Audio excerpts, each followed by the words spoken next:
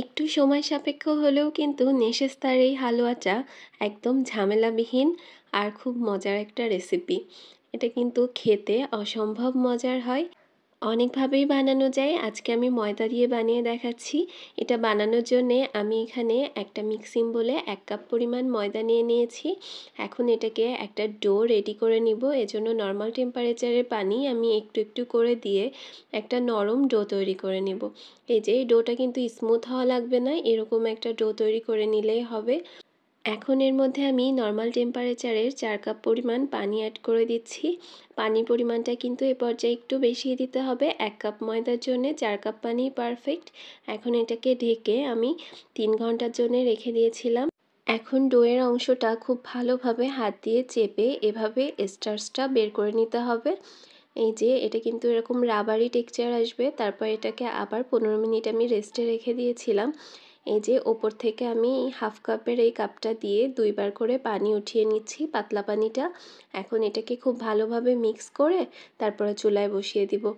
যে মোল্ডটাতে আমি হালুয়াটা সেট করব সেখানে সামান্য ঘি ব্রাশ করে নিয়েছি, চাইলে তেলও ব্রাশ করে নিতে পারেন। এখন চুলায় একটা প্যান বসিয়ে এর মধ্যে আমি ওই পানি অংশটা ঢেলে দিলাম। অবশ্যই ছাঁকনি দিয়ে ছেঁকে নেবেন, তাহলে ময়দার যে অংশগুলো থাকবে সেটা কিন্তু আর এর মধ্যে আসবে না। আর চুলার জাল একদম লো করে এটাকে অনবরত কিন্তু নাড়াচাড়া করতে হবে। নাড়া বন্ধ করলেই কিন্তু এটা নিচে লেগে যাবে। আর চুলার জাল কিন্তু একদম লোতেই রাখবেন। এখানে আমি প্রায় 1 কাপ আর 3/4 কাপের মতো হচ্ছে চিনি অ্যাড করেছি, পুরো 2 কাপ অ্যাড করিনি।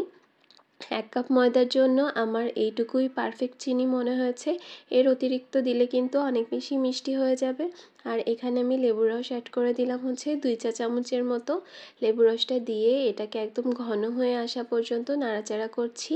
এই পর্যায়ে আমি 1/4 কাপের মতো ঘি অ্যাড করে দিলাম। ঘিয়ের পরিমাণটা কিন্তু এই হালুয়াতে অনেক বেশিই লাগবে। পরে আমি আরও 1 টেবিল চামচ পরিমাণ শেষের দিকে অ্যাড করেছি। এখানে অবশ্যই একটু বেশি পরিমাণ ঘি অ্যাড করতে হবে। ঘিটা এভাবে মিশিয়ে নেওয়া হয়ে গেলে এখানে আমি একটু অরেঞ্জ ফুড কালার অ্যাড করে দিলাম। আমি হালুয়াটা অরেঞ্জ ফ্লেভারের বানাবো, এজন্য অরেঞ্জ ফুড কালার অ্যাড করেছি, তবে আপনারা চাইলে অন্য যে কোনো কালারও অ্যাড করে নিতে পারেন। এখন আমি এখানে 1 চা চামচের মতো অরেঞ্জ এসেন্স অ্যাড করে দিয়েছি।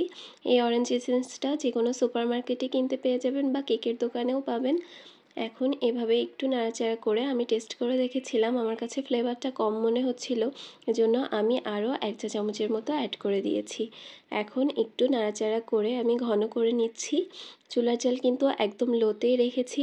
হালুয়া টাইপ জিনিসগুলো আমি একটু লো আঁচেই সময় নিয়ে বানাই, কারণ একটু জোর বাড়িয়ে দিলে দেখা যাচ্ছে নিচে লেগে যায়। আর এখানে কিন্তু আমি আরও 1 টেবিল চামচের মতো ঘি অ্যাড করে দিলাম। এখন এটাকে নাড়াচাড়া করে ঘন করে নিয়েছি।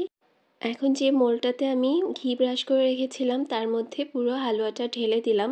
এটা কিন্তু একদম গরম অবস্থায় দিয়ে দিতে হবে, নাহলে কিন্তু জমে যেতে পারে। ওপর থেকে একটু কাঠবাদাম কুচি আর হচ্ছে পেস্তা বাদাম কুচি ছড়িয়ে দিচ্ছি। বাদামটা আপনারা হালুয়া নাড়ার সময়ও ভিতরে দিয়ে নিতে পারেন, তবে আমার কাছে এভাবেই ভালো লেগেছে। হালুয়াটাকে আমি ঠান্ডা করে ফ্রিজে 6 ঘন্টার জন্য রেখে দিয়েছিলাম। তারপর এভাবে কেটে পরিবেশন করে নিয়েছি। আমি অরেঞ্জ ফ্লেভারের করেছি, তবে আপনারা চাইলে এখানে এলাচ গুঁড়ো বা অন্য যে কোনো ফ্লেভারের করে নিতে পারেন। এটা কিন্তু খুবই সহজ বানানো। Thanks for watching. Allah Hafiz.